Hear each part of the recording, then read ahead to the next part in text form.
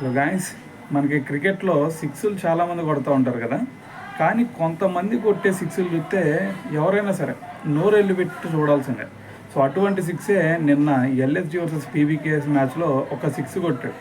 అది ఎవరో కాదు, మనకి శశాంక్ సింగ్. సో అతన్ని ఎందుకు రిటైన్ చేసుకున్నారు అనేది సో ఈ ఒక్క సిక్స్తో చెప్పొచ్చు. సో మరి తను నిన్న మయాంక్ వేసిన ఓవర్లో చూసుకుంటే డీప్ స్క్వేర్ లెగ్ మీదుగా ఒక సిక్స్ కొట్టాడు. అది రూఫ్ టాప్ తగిలి దాని తర్వాత బయటికి వెళ్ళిపోయింది. సో దానివల్ల ఇంకో కొత్త బాల్ కూడా తీసుకురావడం జరిగింది. సో మరి దీనికి సంబంధించి మనకి ప్రీతి జింతా కూడా సో మరి ఆ సిక్స్ చూసిన తర్వాత సో మరి ఆ ఎక్స్ప్రెషన్ చూస్తేనే మీకు అర్థమైపోయింది సో ఎంత భారీగా ఉంది అనేది. అయితే అది పక్కన పెడితే మరి నిన్న మ్యాచ్లో మరి ఓవరాల్గా చూసుకుంటే మనకి పీపీకేస్ ఫస్ట్ బ్యాటింగ్ చేసి 236 రన్స్ చేసింది. సో దాని తర్వాత ఎల్ఎస్జీ చూసుకుంటే కేవలం 199 రన్స్ మాత్రం చేశారు.